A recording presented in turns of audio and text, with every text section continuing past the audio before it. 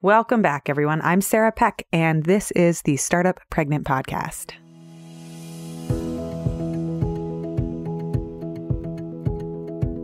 Hey, friends. Okay, so first things first, I had laryngitis over the past weekend, and that means it has been harder to record podcast episodes. But I am here, and I am bringing on longtime co-host Cary Fortin to talk about, we talk about everything. We talk about the episodes that we've recently released. We share our thoughts on some of the episodes that are coming up. And today's conversation that is as rich as it is varied, we talk about why birth is so traumatic and how to think about it, not just in creating plans, but in creating preferences and what we joke as bumpers. We talk about how to heal all those little t traumas, not the big T traumas that are really important to go to specialists and therapists about, but those little traumas that happen to everyone and why the power of storytelling is so important. We touch on why authority and power structures happen in the medical establishment and how and why it is important to remember that you are also an expert because you are the expert of your own body. And we tell a story that moved Cary to tears when she heard it. Lastly, we give our top 3 recommendations of recent news items and noteworthy press. And yes, that means we talk about Amy Schumer's newest Netflix special, Growing. In addition to the surprising, or is it surprising, ways that all tech tools have been designed for men and why there are hidden dangers to women's bodies as a result. This is all part of today's episode, including the backstory of how I got laryngitis, but I am still here to share this episode with you, although hopefully I will let Cary do most of the talking. Welcome to the Startup Pregnant Podcast, where we talk to creative leaders about what it means to be an entrepreneur and a parent. I'm your host, Sarah K. Peck. Hey, I made a thing and I want to tell you all about it. It's one of our new guides and it's up on our website. One of the biggest struggles in my business isn't coming up with new ideas or doing more. One of the biggest challenges is focusing, figuring out how to do less, and making sure I have clarity about doing just the right things.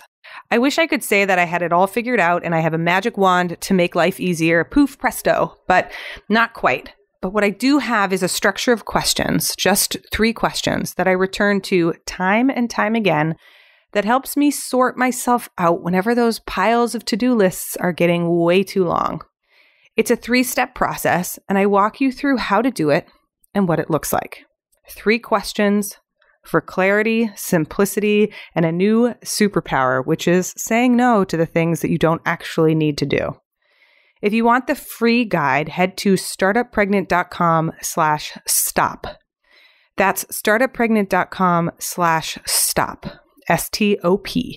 And you can grab the guide for free. The link is also in the show notes. It's our freebie guide for figuring out what to drop, how to do less, and how to simplify your business whenever you feel the chaos descending upon you.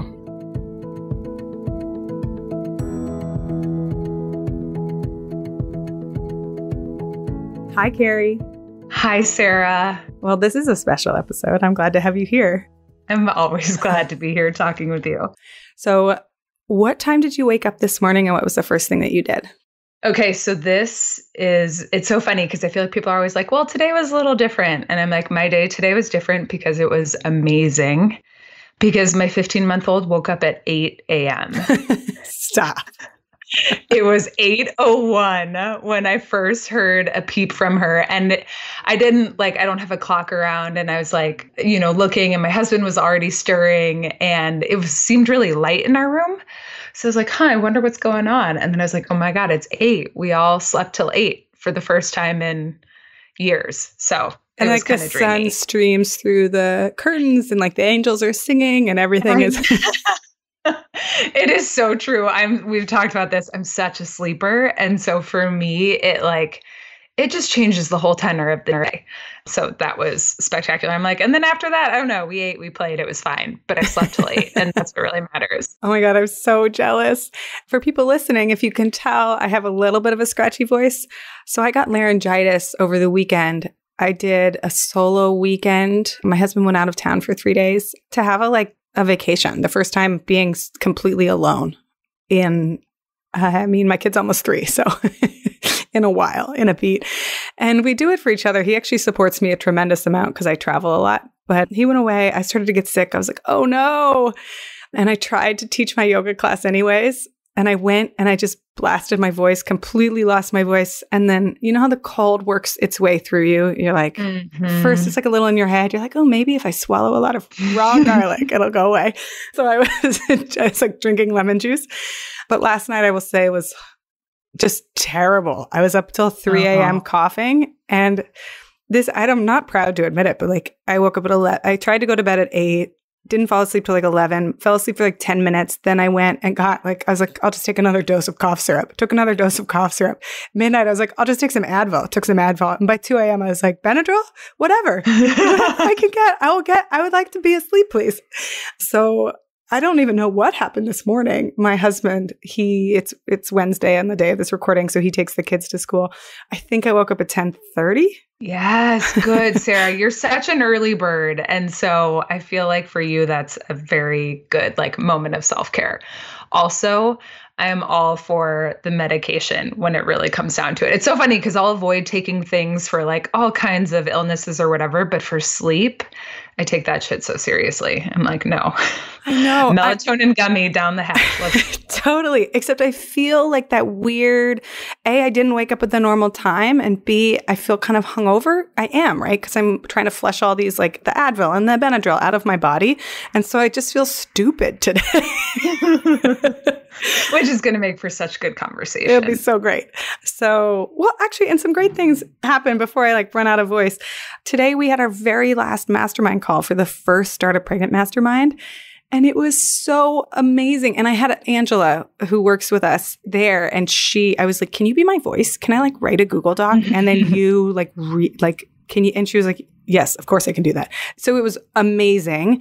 And we had our closing ceremony, and I was so grateful for everyone. And it was kind of ironic because the whole point of the mastermind is to show up as you are. And I was like, hey, hi. Okay. But people listening, so this is going to be a really fun episode because one of the things Cary and I have been talking about behind the scenes is what this podcast is and does, and how we wish sometimes we could pause and have a conversation about all these episodes and all these amazing women we get to interview. And so Cary and I were like, why don't we do that? So this is our first episode of taking a moment to look back at a couple of the episodes and look forward at some of the episodes that are coming, and then also to just chit chat like friends, because we are friends, because that's how this works. And full disclosure, Cary and I were talking, and we were like, let's have Cary talk more since laryngitis. So Cary, I want to turn it over to you and first talk about this episode that we have coming out next week with Lisa Hendrickson Jack, because both you and I have been listening to it while it's been in production. Tell me your response to this episode. So it's so funny because immediately as I got to this part, I was reading the transcript and I got to this part and my heart was in my throat. Lisa sounds like an incredible woman, and she helps other women understand and chart their cycles and really look at how their cycles just give us another like pathway into understanding our health and well-being. But in a particular segment, she's talking about how within the medical profession, patients and female patients in particular, like their opinions and their desires are often ignored. And we're often looked at as like a bundle of symptoms to be cured with medicine versus a human who's having these experiences. And something, Sarah, and you had shared this with me separately, and I'm guessing that you got it from Lisa, but also hearing it from her again, this idea that in any room, anytime there's a patient and a doctor, there are two experts in the room. The doctor is a medical expert, and we know this, right? They wear that very proudly. They have a lot of training. This is very important. But at the very same time, you, the person, the patient, are the expert on your body and your experience. And I just think for women, in fertility experiences, in pregnancy, in childbirth and post-childbirth, it is so crucial. I was telling you, I wish I had like a bracelet I could strap on every time I go to the doctor so I can just remember this and hear it from myself to say like, okay, yeah, I get that this is how it normally is. And I'm just telling you, this hurts me, or like I am telling you, I know you say it's normal, but it doesn't feel okay to me. And just like stepping into that power. And Lisa really makes it clear that like it's hard work. It is not always comfortable. Sometimes you might say, like she's talking about how women who have copper IUDs inserted, the medical understanding is that we don't really have nerve endings where these devices are being inserted, but lots of women say it's an incredibly painful process. And so for me, I like get teary-eyed because I can put myself in this position, and I've been in different but related positions where a woman is, sitting there and the doctor says, this isn't going to hurt. And then the woman says, oh my God, this really hurts. And the doctor says, well, it shouldn't. I can't even stand it because it's like, right? Oh, it makes my skin crawl and it makes me want to cry. Because it's like, no, it is actually hurting to me and I'm giving you information, and me being here in real time, documenting the experience should be not even just a data point, but it should be like a really loud note for you, like yes. Real feedback, real time.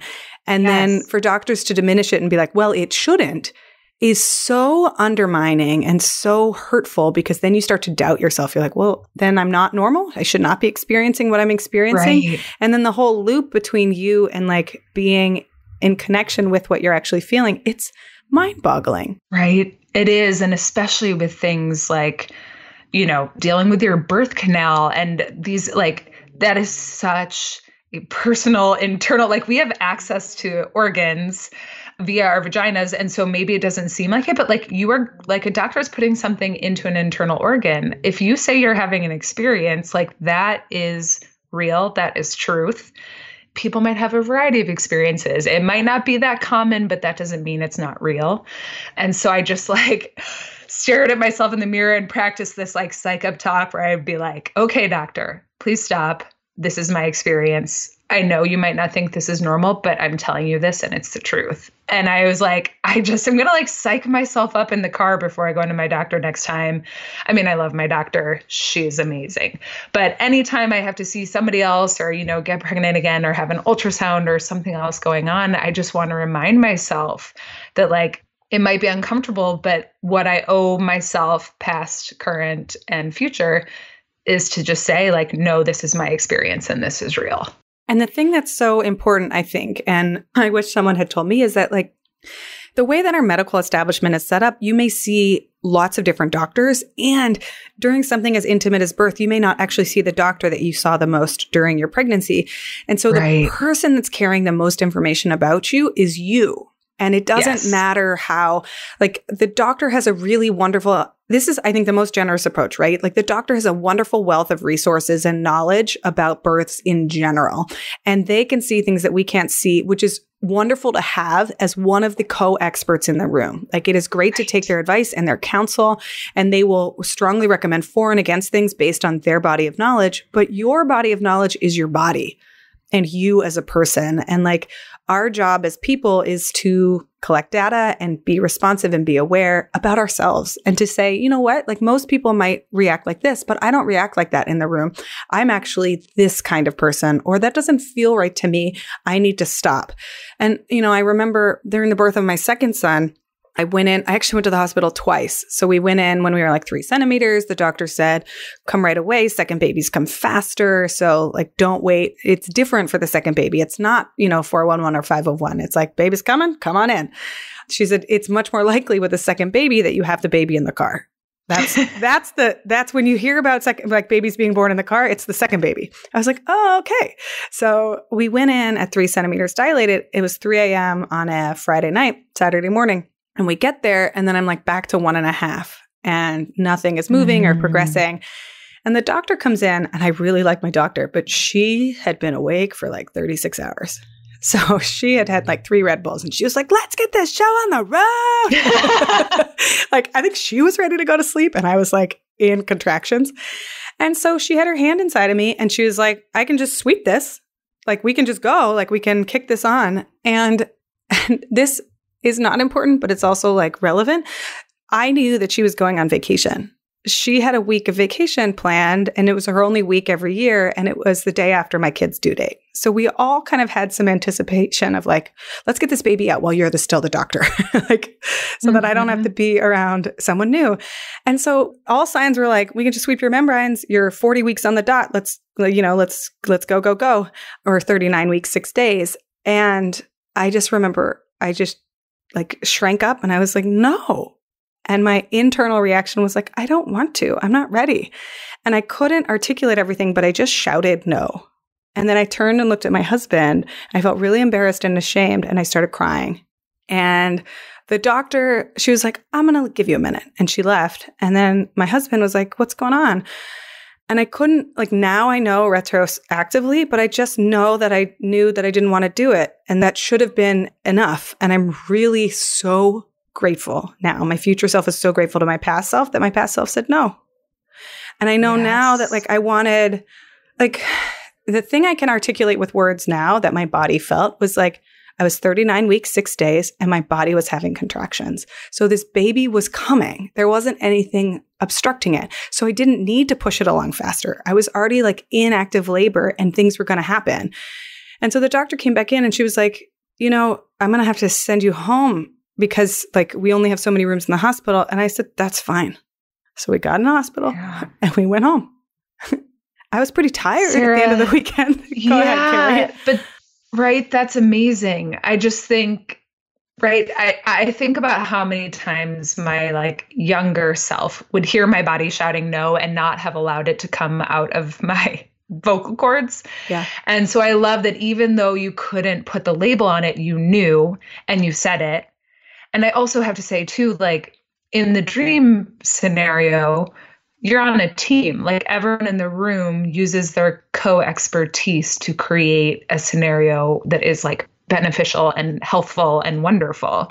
And so it's not like you need to gear up for an adversarial experience, which I kind of feel like I was talking about earlier. I have so many friends who are doctors and some very close friends who are OB-GYNs. And so to hear their story and to see them in the night and to hear them talking about delivering babies and to know how like beautiful and sacred and amazing they think it is and how it's also their job. And they do it all the time. And my friends sometimes will come home from like, being on call at night and have delivered 11 babies. Oh my God. Oh my God. And so I'm like, she is amazing. She is like a surgeon. She is a rock star. I am floored by her skills all the time. And she walks out of a room and into another room and sees other people. And so like, I really think standing in this space of like, this doctor is hopefully on my team and on my side until they prove otherwise. And I am here in my body in this room, and I am the one who's like really has to be grounded in what I'm experiencing and saying that really clearly. It was wild. And the coolest thing was the next day, we actually went home. I had contractions like every 30 minutes for another 24 hours. So not much sleep because it's hard to sleep in 18-minute increments, speaking of sleep. But then, and in fact, I sat at the dinner table with my in-laws who were in town to watch our older son, and I had contractions and I would just like lift one finger and point to my husband, and he knew, and he would enter it into the app, but we didn't actually tell my in-laws I was having contractions. That is amazing. Which was wild. Sarah. And they were like, what's going on? I was like, stomach pain, and they're like, okay. I think they were also just really attuned to not probing. So they probably knew what was going on, but they're like, we're going to feed the toddler. Here's some food. We know you need food. Do you want to get back in bed? You're probably tired. Like that was their wonderful kind of branch of support. And when we got back and we went through the whole birth experience round 2, like Sunday night, nothing like getting a taxi at 2 a.m. on a Saturday too. Like the taxi cab is like, hey, just took people to a party. And my husband was like, not a party, baby delivery, slow. Can you drive slowly, but fast, but like no bumps, avoid all the potholes. And when we got there, it was so cool at the end. I asked for an epidural because it was so hard and it had been like 36 hours. And then I didn't end up getting one because Henry came so fast. And my doctor, when I asked for it, was the person who was on my team. And she was like, are you sure? You said you've been telling me you don't want one. And so she put a little pushback in the way that you want a coach to. Like, I've got what you want in mind and what you've been telling me. And my husband was on the other side being like, anything you want, I will sprint out and find these anesthesiologists. You can have everything. But having both people that felt like they were on my team, standing for all sides of me and what I wanted, was just amazing. And I ended up not having one, which is what I had hoped for, but I also didn't have a problem having one if I wanted it. Yes. Yes. Okay. And so this reminds me of this book that you and I have been talking about, I feel like nonstop, because I am obsessed, called Like a Mother. I was going to say, Like a Mother? And I do not, right? Like a Mother, because I don't have the book with me, but the subtitle is A Feminist Journey Through the Culture and Science of Pregnancy and Birth. Yeah. Yeah. Of pregnancy. Okay. Well, okay. I'm pretty proud of myself for that. Pat myself on the back. Okay. But anyways, she has this chapter where the author, Angela, is talking about her birth and how things really don't go according to her plan. You know, she wanted a natural birth. She wanted all kinds of things. And she ended up with an emergency C-section after all kinds of really serious, medical issues arose. And she says that she actually felt great about her delivery. Like, it wasn't what she expected, but it was amazing and magical in its own way. And she then goes on to study, like, why is it that so many women reflect upon their birth and view it as traumatic? And what she says is that it's really not about whether we end up on the path that we had expected or that we had hoped for. It's much more about if on our journey to giving birth, we feel safe and supported and heard. Yeah. And I just was floored by that, because I know so many really amazing women in my life who, when they tell their birth story and might call it traumatic, I think to myself, I'm like, oh, that sounds a lot like my birth story. And I thought mine was okay. I had back labor. I had to get an epidural. My doctor was elbow deep trying to turn my baby over right while she was crowning. It was kind of hardcore, but it was also amazing, because at every step of the way, my doctor told me what was going on, gave me several options, let me think it through. I had my husband there who was absolutely whatever you want, same as your partner, Sarah. And I had my doula there who also acted as this she knew what I wanted. She also had been with me in this 36-hour labor, and just, I don't know, I'm so grateful for her. But so my experience was just heard, supported, seen, safe. And women can have any kind of birth and not feel that way. And that's how they reflect on it as being traumatic. And I think that there is this one nurse who's come up with these standards for how we can make sure that all patients, but women delivering in particular, can feel safe, supported, heard. And it just seemed crazy to me that it was some significant percent, 30% of women genuinely look back on their birthing experience as traumatic.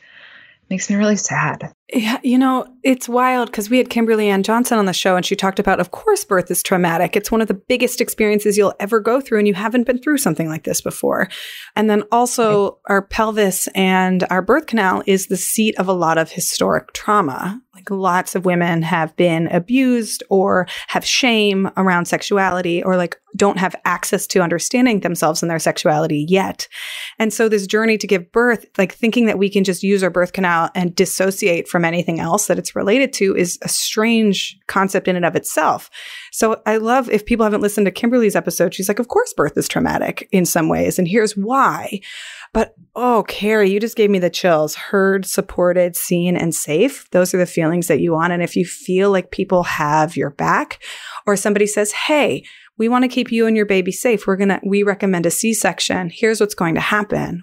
Are you on board with this? Right. You can have an amazing C-section experience and not feel overwhelmed by it all. That's fascinating. Right. Versus the people who will use words before I had even said yes, they were undressing me, rushing me down the hallway, tearing me open and ripping the baby out. You can hear in the language how violating it sounds and it feels. And of course, exactly as Kimberly says, something is coming from deep inside of our organs from, and a pathway either out through our abdomens or through our vaginas, and just how deeply personal and how many stories are seated in those places. And so the idea that we would be anything other than extra cautious, extra aware, I don't know. And the idea that on some level, it's just a bedside manner issue more than it's a medical issue. It's really just like taking the time to explain to someone, to hear them, and to speak to them in a way where they can really comprehend you. Because that's the other thing, right? Like our brains are in this crazy sort of whirlwind shutdown, like primal experience when we are in this active labor. And so how we can even hear or communicate or comprehend is really different. That reminds me of one of those stories. I think it's from the Ina May Gaskin book, of a woman who her husband would say, like, "You're marvelous," and would whisper it to her while she was going through contractions. And she just always got this like tingle, and she was like, "Oh, I'm amazing." And I told my husband that actually this pregnancy, I was like, "You can't overtell me how great I'm doing. Like, just, hold my hand and tell me how good of a job I'm doing." And just constantly. And he did at the very end. He was like, "You're doing so great." But he was crying too. And like, I believed him because I think he was saying it authentically. He was crying. He was like, "You are so amazing. I cannot believe you're doing this. Like, look at what you're doing. You're like bringing our son."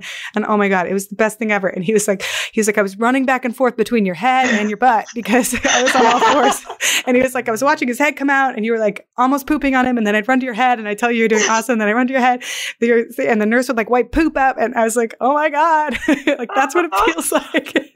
Oh God, Sarah, that's so amazing.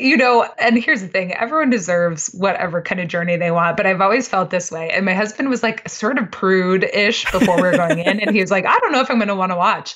And me having seen my sisters give birth, I was like, "You're going to want to watch. It is the most mind-exploding, exceptional, extraordinary thing you could ever hope to witness.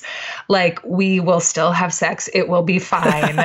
Like, come on, like, give me a break. And that being said, if your partner doesn't want to watch or you don't want them to watch, more power to you. But I just think that sometimes when you're in the moment, you're like, look at this wonder that is occurring. Right. You wouldn't like a human is being born. You wouldn't want to walk into a Dunkin' Donuts and be like, "Oh, a vagina giving birth." Like, that'd be a little startling. But like, if you're there and you've been with all the contractions and the like crescendo that is birth, yeah. But that reminds me, what you said is like, I think one of the most important things we can do in healing and also in just like internalizing and processing, which is something that needs to happen when you have such an amazing event like birth, and it is more than, bigger than, like inconceivable to what you have ever experienced. Processing is not something that happens in a second. It's not like you go home from the hospital and you're like, "Well, I have a baby and all is good. Totally fine now." And so much emphasis is placed on the woman too. And the parents like, "You have a healthy baby? Great. Goodbye." And what was different for me this time around that I'm realizing now only just by speaking to you is I went to a 6-week postpartum mothers group and we told our birth stories in 6 different ways over those 6 weeks, like through the lens of our bodies, through the lens of our minds, through our parents. We had to imagine like our grandmothers giving birth to our parents and then them giving birth to us. We told the story of our births, not just the babies we had made, but us being born. And we did like this imagination exercise of like, what was it like when we arrived in the world? And in telling the story over and over again from all these different angles, you can, I don't know if healing is the right word, but you just start to integrate. I think integrate is the right word. All of these different parts of it. And you realize that I feel like you should tell your birth story for the year, the 12 months following birth. And it should be to your friends and to other women and to your partner or to your parents or to whoever it is that is in your circle. You tell a piece of it. And each time you tell a piece of it, you like integrate it more fully. Yes. I mean, I don't, I'm like, what's something smart to add to that besides for yes? But I just like in my gut, right? I had a postpartum moms group also, and it was really focused more on breastfeeding, but we had one woman come one time and have us tell our birth stories. And it's amazing too, because you tell your story, you integrate it, and then you hear this other room of women. And for us, it was like everyone had given birth within 5 days. We all had these, infants who were the same general place and same general thing. And so some women would have something similar. Some women would have something different.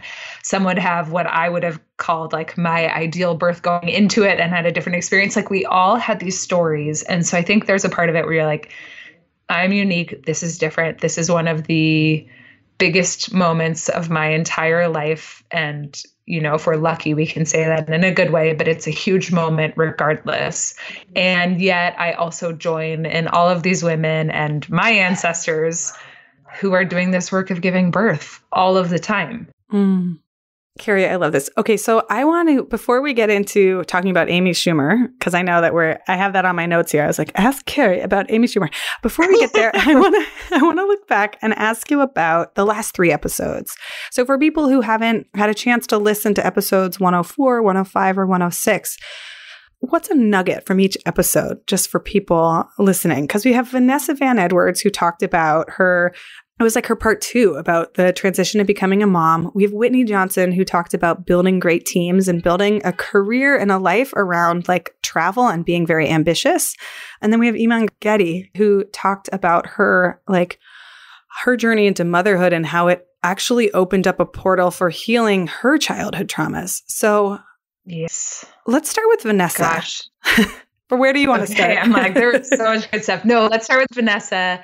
There was so much. So I remember you and I spoke about her interview before I heard it or read the transcript. And you said, it's just really amazing because she really is so open, because we got to hear from her before she gave birth and we got to hear all of these plans and then got to hear what happened, so she and her husband co-own and run a business, and she had all of these amazing plans for maternity leave. And then they had like a business crisis, I think at day 12 postpartum for her, that really required some like serious focus and attention and work hours from her. And she talks about how, she had really built this business with the intention of the flexibility that it would give her, and then feeling really, I think she uses the word betrayed. I don't want to put that in her mouth if that is not the word, but she used that word. Really You're strong right. language. Yeah, right. Which really jumped out to me of feeling betrayed by her business. And it's funny now that we're using this sort of like framework of trauma, it's almost like this something really unexpected, really not what you wanted and not feeling great. Like I think she felt just pulled in this direction that she had not anticipated. And I think it was really potent for me. I hope to have another kid, and my first maternity leave was not what I had expected for a variety of reasons. And I think what Vanessa does for me, it like, in a way, hearing this hard story, it still makes me more optimistic because she put great systems in place. She laid great plans, and she had a bunch of learnings that I think were really helpful, like getting back up and communicating with your team and other things. But it also makes me realize, like, in this world of working for yourself or running a business, like there's only so much predictability that we get. It's just like having a kid, like you don't know when you'll give birth. You don't know if they'll be a sleeper. You don't know how breastfeeding will go. You don't know any of that ahead of time. And you can lay really good plans and it can end up totally differently. And so in a way, I felt like very liberated by that almost.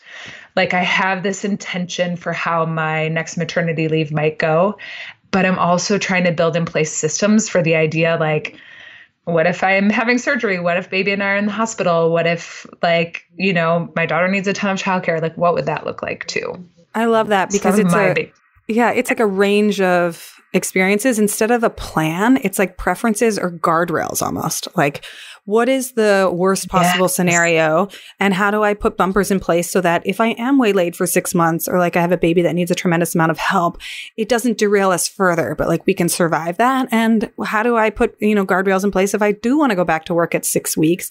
And the interesting thing here is it's not just the baby you have to plan for, but it's also the business. Like what happens if the business breaks? Because my business broke over maternity leave, just like Vanessa's. And I was so fascinated to hear her story. And then, what's interesting, and I don't know how to like word this in the quote right way, but like I felt some relief at hearing somebody who I admire so much and who has such an amazing business. It's not Schadenfreude. I want to be clear that it's not that. But like, oh, like things didn't work out. Oh, like you're just like me, like what's the word for when I just felt a little relief at hearing, I don't wish bad on anyone ever, but knowing that like it's clunky behind the scenes sometimes for everyone is just kind of more, it makes me feel less alone. It makes me feel like, oh, right, like we're all doing our best here. Yes, that's like when I found out that Kristen Wiig is like the world's biggest Real Housewives fan. I was like, you know what? This woman is so smart and she is at the top of her game and she watches trashy TV just like me. So, yes. But no, joking aside, I agree. I think that maybe that's like you're verbalizing that for me, that I was like, well, Vanessa laid all of these amazing plans and it still didn't work out. So I'm not going to plan on mine working out either. I'm just going to try to do exactly that, like set up the bumpers, figure out what I need. That's exactly basically right. like sleep and food, and that's all I can really count on. So if people missed Whitney's episode or Iman's episode, what are some nuggets that they can take away from you and me recapping them? Yes. Well, okay. So really briefly with Iman, because I was actually just starting to read her memoir because I was so captivated by your conversation. But she went through this incredible trauma, I think right before the age of 7, and lost basically her entire family and support and safety net, like in a moment. And she ended up talking about spending, so much of her adulthood doing this really amazing journey to healing her trauma and her experiences. And she talks about being pregnant and how it sort of reopened, like gave her another opportunity to grieve and to heal losing her mom. This time of like, wow, I'm going to do this without my mom, or like, wow, I think she said she felt really close to her mom because she could imagine why her mom did different things when she was a mother herself. And she also felt herself saying like, how am I supposed to do this? I really wish my mom was here. And I think, I don't know, the way that she was able to speak so beautifully about forgiveness. And I think for anyone who's experienced grief in any form in their life, I think this idea of sitting with your grief and processing it, like the words that she gave to talking about re-grieving her mom while pregnant with her daughter, while that's not like a grief I've experienced, I felt like I used that lens and that compassion and that awareness to like process some of my own grief. It made a huge impact on me. That's so interesting because like I haven't lost my mom. My mom is living, but we are across the country from each other and I don't see her very often. And I remember in the 3rd trimester of my 2nd pregnancy talking a lot to my therapist about the idea of reparenting. And like, yes, like looking back at your childhood, and it's our interpretation of our childhood too, right? It's not that we have to like saddle our parents with lots of blame, but like also our experience of it and realizing like we wished our parents had done something differently. And because of who we are and what we need as humans, which is kind of like interesting with the doctors, it's the same with parents. It's like our relationship and our expectations. And she's like, this is an opportunity to reparent yourself in the way that you want to be parented. And it's not about sitting there and hoping that your mom will somehow do this thing that she's never been able to give for you, but asking yourself, how can you provide or create that thing that you need in your own life? And so I ended up in my 3rd trimester. I spent every weekend cooking for myself because food is a love language for me. I think it has something to do with my grandfather growing up in the Depression and being a malnourished newborn. Like I would, I have no proof to back this up, but I would put a dollar down on like genetic trauma. Right. Like waking up in my own self. And for me, like not being fed I'll burst into tears. It's just something I work on. And so I ended up taking it into my own hands and I made like 4 frittatas on one Saturday and like 2 crusette pots full of tomato sauce and like iron-rich beef spinach stew, like tomato stew. And I just filled our freezer to the brim for my future self. And so my 3rd trimester self was the parent to my future self because I knew that I needed food.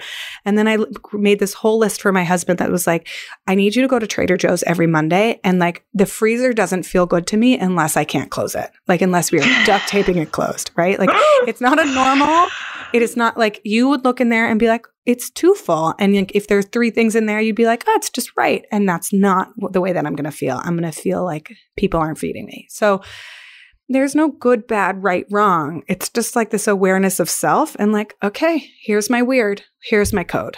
Yes. Yes. And then to understand too that in these like particularly vulnerable moments, right? Like when you are the food source for another human and you're healing from like some massive physical energy and outpouring and you're tired, like, is there a more important time in the world for you to feel safe and taken care of? And if you can do like what I love about what you say is that it's not like, and I'm in charge of taking care of myself and this is my own journey. And like, I can't rely on anyone else. That's not it at all. It's like, I am giving my future self the gift of this care in this moment. And I am being the person who I want to take care of me. Like I am doing that for myself right now.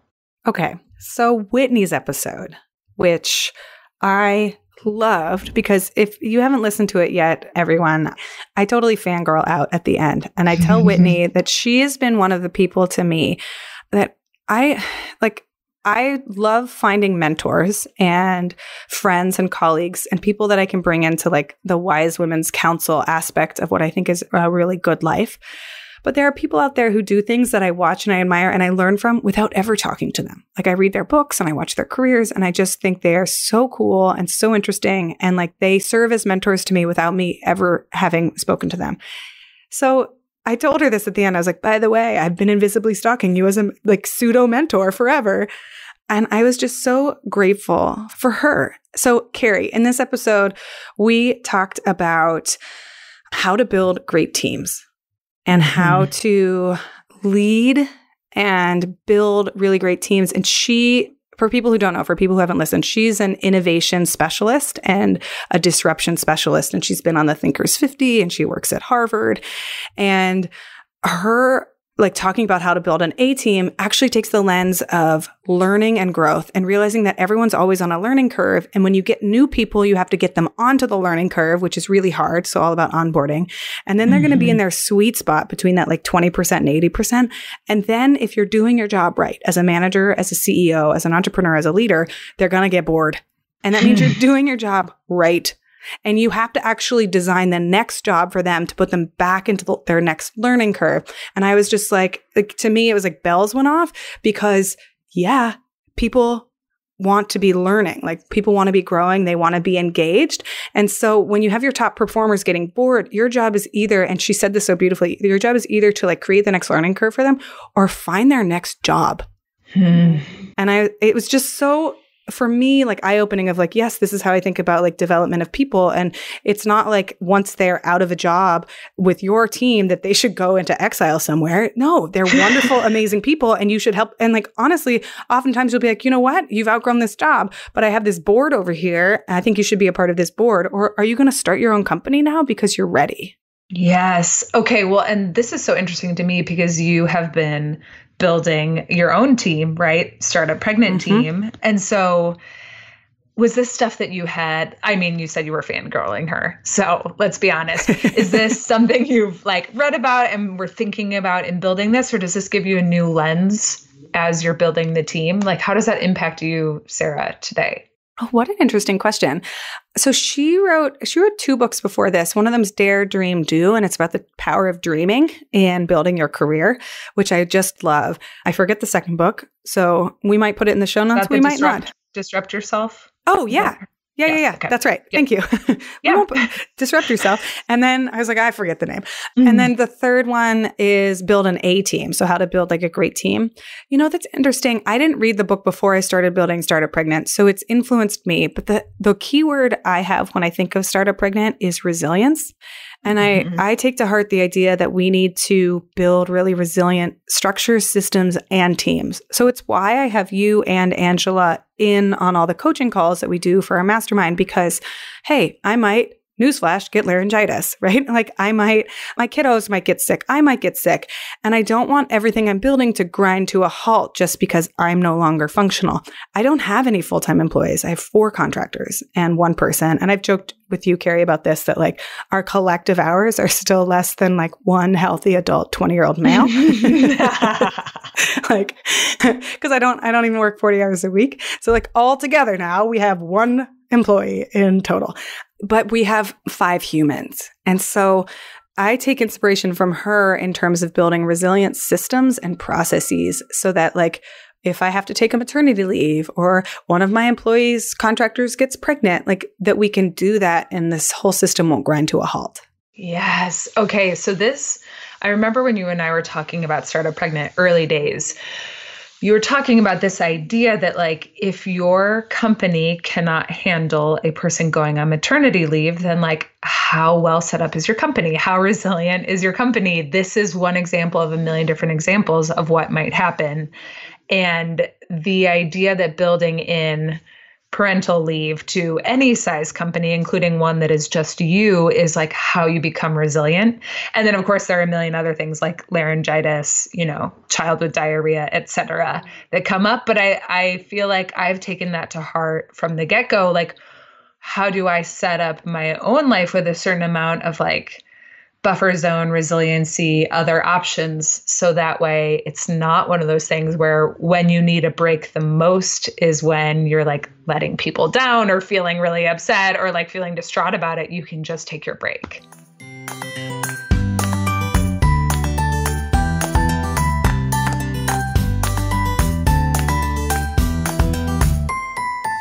So now I want to turn to a special segment called In the News. Basically, I just want to ask you and we'll go popcorn back and forth. What are 3 things that you've been watching, reading, or listening to that have really stood out to you this month? And you start, because I know that you've been watching a certain Netflix documentary, not documentary. Yes. No, but it's real life, so it kind of counts. Okay, so Amy Schumer, who I don't know, I'm not up to date enough to know if she's actually given birth yet, but if she hasn't, she's very, very close. And she does a comedy special in New York when I think she's late in her second trimester or in her early third. And she just like nails it. If you are a person, she has this one moment. So she has hyperemesis gravidarum or whatever that is, where you're just like so insanely miserably sick, hospitalized to get fluids, like all kinds of things. And she tells this joke about people who have like glowing, wonderful pregnancies, and how she's like, my hope for you is just that you like, I don't know, that you're like, car sort of rolls off the side of a cliff. And, the delivery of it, my husband and I were just dying laughing because I'm not a great pregnant person. And of course, I don't want anyone's car to roll off a cliff. But just to have someone say aloud all these things you're thinking, like I don't know. It's so funny. And there's a part with her belly button and Band-Aids. And once you watch this, I will not give it away, but once you watch the special, like you will die because it's everything you've been thinking. So yes, if you've been pregnant, want to be pregnant, I was amazed actually how much my husband loved it. And I think just like from living with a pregnant person, he saw himself in these experiences. Like at one point, Amy's talking about how when she's really sick, her husband comes up and like puts his hand gently on her shoulder. And she looks at him and is like, oh, excuse me, like, what do you want? Like, I'm over here and you're over there and we're not touching. And my husband and I were just dying laughing because when I'm like sick and not feeling well, I am the exact same way. So I couldn't get enough of it. Everyone I've talked to, I've been like, oh, I'm watching the pregnancy special because I did it. What is it called? Growing, I think. Yes. And my friend made a joke. She was like, your next special has to be called Crowning.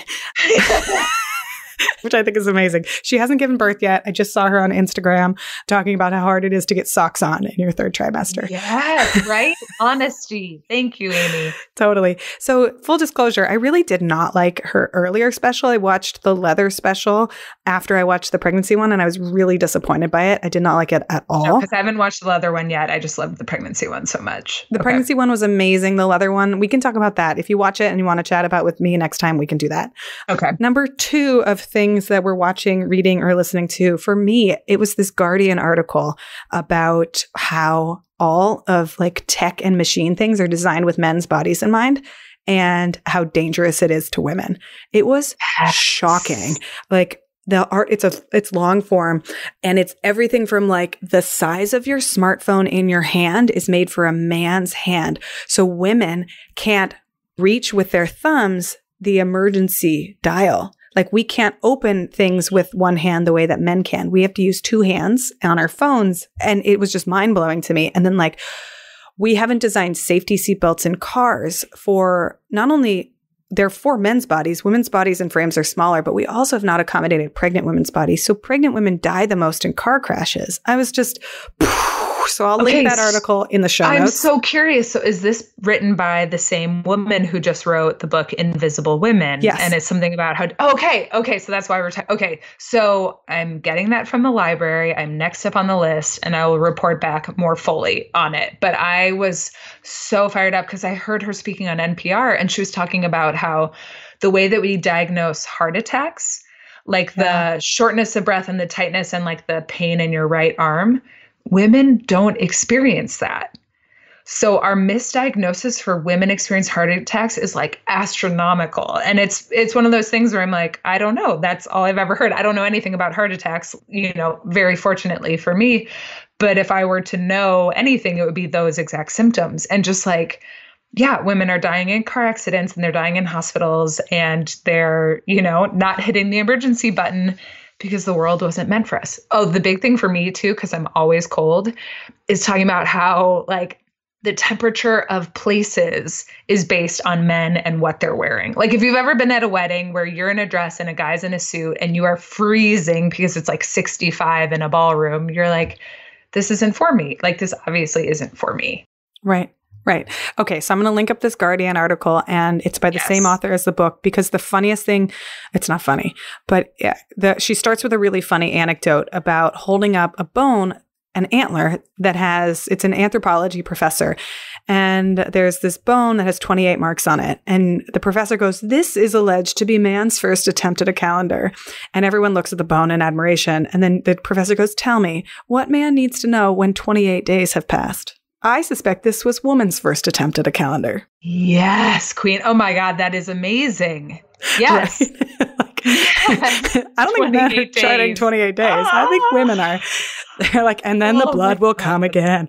So I'll link this article up. Cary, is there anything else on your radar that people should be watching, listening, or reading for number 3? So just today, I spent not a ton of time, but a little bit of time on Instagram this morning, and I am so fired up by AOC, Alexandria Ocasio-Cortez, and the ass whooping she gave the House today, responding to the response to the Green New Deal, which was the idea that environmental concerns are elitist. And I saw part of that. Oh yes. My God. It's so interesting, right? Because you get so used to, I shouldn't say you, I get so used to when I view government or people in power, seeing older white men behave themselves in a certain way. And then you see her, using this forceful body language, looking people in the eye, being so forceful in how she speaks and so clear and so eloquent and heartfelt simultaneously, that it gave me chills, because there has never been someone like her, never been exactly her before, but never been someone like her. And just the way she is exploding this idea of what is possible, of what is the right way to govern, of what is important. I just I don't know. I've always admired her, but seeing her today talk about something that I'm really passionate about, and to hear her rebut it so forcefully just gave me chills. So I know exactly what you mean. And I will say this, regardless of whether or not I agree with her positions, because we can talk about my politics in another episode, right? But I am both a Advent feminist, and also I'm more cautious when it comes to how we implement things. But despite whether or not I agree or disagree with her positioning, I also got chills because I was so fired up about seeing what the potential for a new conversation in our Congress could look like. If we have it, just get out the old stuff, and not old in ageism, but the tired, the not critical thinking, fresh voices wherever they come from on the spectrum, and opening up a new conversation. And for me, having a conversation that's full of clarity and good language, and debating the points again, and not being so just stuck in the trenches the way it feels like our current government is, just abysmal and horrifying. And that's have to give a shout out to Jacinda Ardern, right? Who, the youngest current sitting female leader of a country, of New Zealand, who also gave birth while in office, whose partner is the full-time caretaker, who, after, the terrorist attack on the mosques in Christchurch, just was simultaneously a beacon of empathy and like love and caring and nurturing for these families one-on-one who needed it. And then such a forceful, powerful leader Strong. and so, Yeah. right? So strong in her convictions and her actions. And I just thought like, we are just beginning to understand these various archetypes of leader because we haven't gotten to see many women in these positions. And so from Alexandria to Jacinda, like we have so many opportunities for all of our minds to be exploded by what it looks like to have women in power. Yes. And I'm yes. pumped up about that. No matter their politics, I'm pumped up about that. Yes. And we're going to have to find more ways of talking about this because it's not like, oh, let's not talk politics. I'm never going to say that on this podcast because I think like it's exactly the opposite. It's let's talk, let's have a conversation and let's make sure that we are articulate and nuanced and know that there's lots of different like points of view. And that's what I have felt like is missing so much from this. And I'm so grateful to see that there's more points of view and there's more representation. Yes. And I'm in love with the use of Instagram and like the stories. And I'm just like, fuck yes. Like, here we go. At least I hope that's what's happening. Yes. Because this is like the thesis of Startup Pregnant, right? There's no one version of motherhood. Like we aren't going to arrive at like a beautiful picture perfect golden pot at the end of the rainbow and say like, and now everything is solved. Like we're going to have to fight for the things that we believe in. We are going to have to figure out ways to disagree, but we don't have to disagree and have it be ugly. We can disagree and find a place to meet in the middle. Mm-hmm. Yes. And I think that that's it. Like I think that that's what Jacinda Ardern in particularly showed me was just like there is place for empathy and conversation, even in these really hard places, and then there's a time to really fight and stand up for what you believe in. But I think that there's so much room for not just women, but for feminine energy to exist in these conversations, like to allow for spectrums of gray, to allow for finding empathy for people's stories that you don't necessarily immediately connect to. Like there's just so much room for there to be more depth and exactly as you said, more nuance in this conversation. And I think that there's something to be said about feminine energy just holding more space for more opinions and then creating, it's about coalition building and creating like solving problems using many points of view. Okay. And I think that is exciting. So my husband just texted me and he said, got boob? ? My child needs to be fed. Is a hungry baby on your way? There's a hungry baby. So on that note, as always, conversation to be continued, right? Because this conversation hasn't stopped since we've started having it. And Cary, I'll see you back here in a month for the next version of this. I can't wait. And I always say this and I mean it. Leave us a review on iTunes if you like our show. It takes a few seconds and it really does help us a lot. If you want more of what we're talking about, go over to startuppregnant.com and get on our email list. We send out a weekly newsletter with time-saving tips for parents and entrepreneurs. And I always include a weekly gadget or tool or something awesome that we've stumbled upon to help make your life just a little bit easier. And as always, you can reach out to us at hello@startuppregnant.com. We love hearing from you.